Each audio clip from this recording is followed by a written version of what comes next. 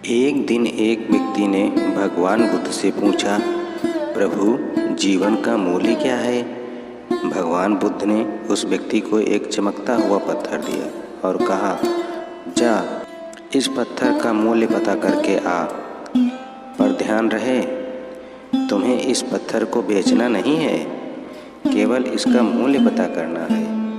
वह व्यक्ति पत्थर लेकर अपने गांव के बाजार में गया और वह सबसे पहले एक फल वाले के पास गया जो संतरे बेच रहा था। उस फल वाले को उसने पत्थर दिखाते हुए उसकी कीमत पूछी।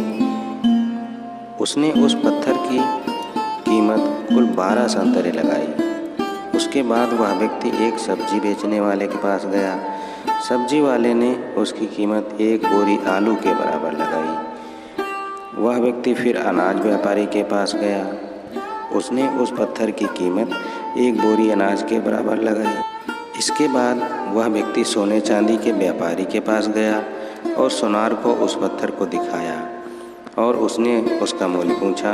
तो सुनार ने उस पत्थर को देखते हुए कहा, 50 लाख में मुझे इस पत्थर को बेच दो, इसकी कीमत लगभग 50 लाख रुपए है।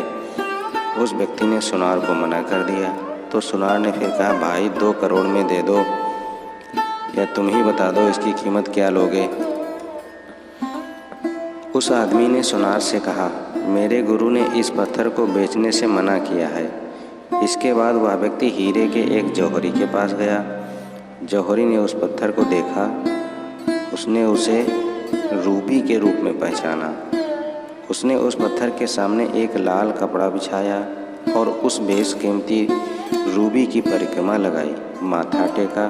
फिर जौहरी उस व्यक्ति से पूछा, कहाँ से लाए हो भाई ये बेशकीमती रूबी? सारी कायनात, क्या सारी दुनिया बेचकर भी इस अनमोल पत्थर की कीमत नहीं लगाई जा सकती है? अब वह व्यक्ति हक्का बक्का रह गया। वह सीधे भगवान बुद्ध के पास गया और पैरों में गिरकर गिड़गिड़ाने लगा, हाथ जोड़कर बैठ गया। उसने पूरी कहानी भगवान बुद्ध को सुनाई और बोला, प्रभु, अब आप ही बताओ, मानवीय जीवन का मूल्य क्या है? भगवान बुद्ध मुस्कराते हुए बोले, फल वाला जो संतरे का व्यापारी था उसने पत्थर की कीमत 12 संतरे लगाई। सब्जी वाले ने 1 बोरी आलू, अनाज व्यापारी ने 1 बोरी अनाज, सुनार ने 2 करोड़ और जौहरी ने इसे बेशकीमती माना। ठीक यही स्थिति तुम्हारे जीवन की भी है। तुम बेशक हीरा हो, लेकिन ध्यान रखना कि सामने वाले व्यक्ति तुम्हारी कीमत अपनी औकात और अपनी जानकारी के अनुसार ही लगाएंगे। जीवन का मूल्य समझने के बाद वह व्यक्ति भगवान बुद्ध के चरण स्पर्श किया और चुपचाप वहाँ से चला गया। उसे आज अपने जीवन का मूल्य समझ में आ गया था। अब वह अपना मानवीय जीवन श्रेष्ठ कार्य में लगाने लगा था।